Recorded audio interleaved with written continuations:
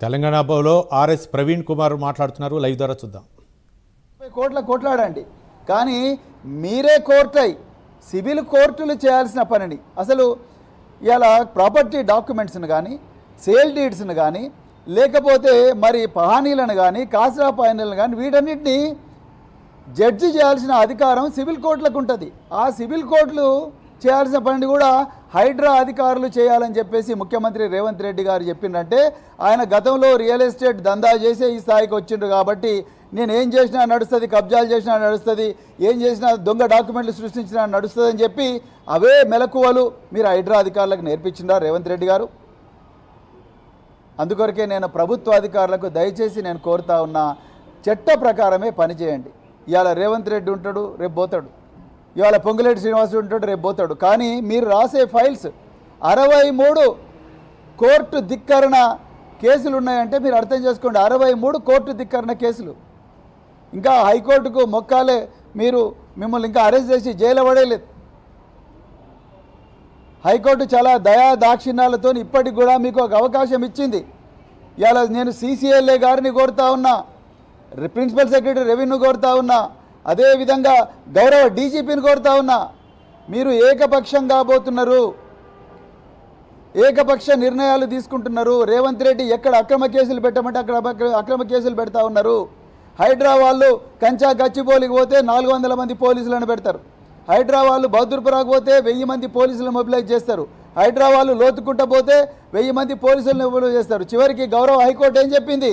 ఈ పోలీసులంతా కూడా ఈ దుర్మార్గమైన ప్రభుత్వానికే సపోర్ట్ చేస్తూ ఉన్నారు, ఈ దుర్మార్గమైన దురాక్రమలకే సపోర్ట్ చేస్తూ ఉన్నారు. అందుకొరకే భారత సైన్యాన్ని దించమని హైకోర్టు ఆర్డర్ ఇచ్చిందంటే ఇలా మరి ఇక DGP గారు, CCLA గారు, చీఫ్ సెక్రటరీ గారు రేపు ఈరోజు రంగనాథ్ రేపు మీరు కూడా కోర్టుకు పోవాల్సి ఉంటుంది. బీఆర్ఎస్ పార్టీ మొదటి నుంచి చెప్తా ఉన్నది. KTR గారు ఎన్నోసార్లు ప్రెస్ మీట్లు పెట్టారు.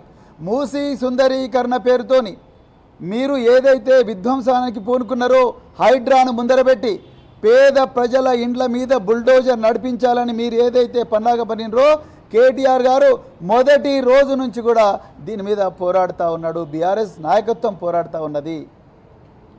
హైకోర్టుకు ఎవరు ఏ పేదలైనా కూడా తమ ఇల్లు కూలిపోయే ప్రమాదం ఉందంటే తప్పకుండా తెలంగాణ భవన్కి వచ్చి మీరు పిటిషన్ పెడితే మేము మీ తరపున మీ గొంతుకై గౌరవ హైకోర్టులో కొట్లాడతామని ఆ రోజు పార్టీ వర్కింగ్ ప్రెసిడెంట్ KTR గారు చెప్పడం జరిగింది. ఇప్పటికైనా రేవంత్ రెడ్డి గారు బుద్ధి తెచ్చుకోండి. మీరు చెప్పినట్టుగానే అధికారులు చేస్తున్నారు. ఇది రంగనాథ్ తీసేసినట్టు కాదు, మిమ్మల్ని తీసేసినట్టు. మీరు అర్జెంటుగా వైదొలగాలి. తెలంగాణ ప్రజలకు భారంగా పరిణమించారు. ఎన్ని సమస్యలు లేవండి రేవంత్ రెడ్డి గారు పరిష్కరించడానికి. నేరం పెరిగిపోతూ ఉన్నది, మహిళల మీద అత్యాచారాలు పెరుగుతూ ఉన్నాయి, మైనర్ బాలికల మీద అత్యాచారాలు పెరుగుతూ ఉన్నాయి.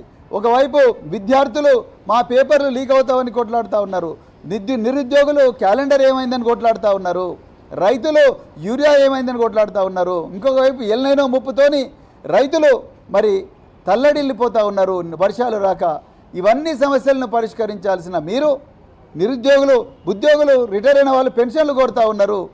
ఇవన్నీ పరిష్కరించాల్సిన మీరు అవన్నీ పక్కకు పెట్టి కేవలం భూ కబ్జాలు, హైడ్రాలు, అదేవిధంగా అక్కడి నుంచి అక్రమంగా అసైన్డ్ భూములన్నీ కూడా ఆక్రమించుకొని మీరు 10,000 కోట్లు 20,000 కోట్ల భూముల దందా మరి అలా చేసే పరిస్థితి అనేది ఇలా తెలంగాణకు వచ్చింది. కేవలం మీ వల్లనే అవుతుంది. అందుకొరకు ఇది రంగనాథ్ మీద పడ్డ దెబ్బ కాదు, అది రేవంత్ రెడ్డికి చెంపదెబ్బ అని చెప్పేసి వారు చెప్తున్నది. మళ్ళొకసారి మేము చెప్తా ఉన్నాం, అధికారులారా దయచేసి మీరు చట్ట ప్రకారమే ఉద్యోగం చేయండి. మీరు రేపొద్దున ఆ సీట్ నుంచి బయటికి పోయినా మళ్ళీ మీరు రాసిన ఫైళ్ళ మీద కంపల్సరీ శోధన జరుగుతుంది. రేపు బీఆర్ఎస్ పార్టీ అధికారంలోకి వచ్చిన తర్వాత మీరు కేంద్రంలో ఉండే బీజేపీతోని, అదేవిధంగా రాష్ట్రంలో కాంగ్రెస్ 2 కుమ్మక్కై ఎన్ని భూ కుంభకోణాలు చేసిండ్రు, ఎంతమంది పేద ప్రజల జీవితాలు నాశనం చేసిండ్రు, ఎంతమంది పేద ప్రజల గూడును కూలగొట్టిండ్రు. వీటన్నిటి మీద కూడా తప్పకుండా చర్చ జరుగుతుంది, వాటి మీద శోధన జరుగుతుంది, వీటి మీద ఒక ట్రిబ్యునల్ ఏర్పడుతుంది. ఆ ట్రిబ్యునల్లో ఎవరైతే అధికారులు రేవంత్ రెడ్డి గారి అక్రమ ఆదేశాలు పాటించిండ్రో, పేద ప్రజల జీవితాన్ని నాశనం చేసిండ్రో వాళ్ళందరి మీద కూడా చర్యలు తీసుకుంటామని చెప్తూ మరొక్కసారి రేపు రంగనాథ్ తర్వాత ఇంకొక అధికారి రావచ్చు, కానీ ఆ అధికారికి కూడా నేను చెప్తున్నా, దయచేసి కోర్టుల ఆదేశాలు పాటించండి. చట్ట ప్రకారం పోండి, రాత్రికి రాత్రి పోయి కూలగొట్టకండి, నోటీస్ ఇవ్వండి, principles of natural justice follow కండి, రాజ్యాంగం ఇచ్చిన జీవించే హక్కును కాపాడండి. ఆర్టికల్ 21 జీవించే హక్కు ఇచ్చింది, మీకెంత జీవించే హక్కు ఉన్నదో ఆ పేద పేదలకు కూడా జీవించే హక్కు ఉన్నది. అంతే తప్ప వాళ్ళని కొట్టకండి. పోలీసు వాళ్ళని తీసుకుపోయి వాళ్ళ గూడ్ల మీద లేకపోతే వాళ్ళ పుస్తకాల మీద వాళ్ళ జీవితాల మీద బుల్డోజర్ను నడిపించకండి. అదొక్కటే మేము రిక్వెస్ట్ చేస్తున్నది. మరొక్కసారి అధికారులందరూ కూడా చట్ట ప్రకారమే నడవాలని చెప్పి కోరుతూ మరి గౌరవ హైకోర్టు ఇచ్చిన ఈ చారిత్రాత్మక తీర్పును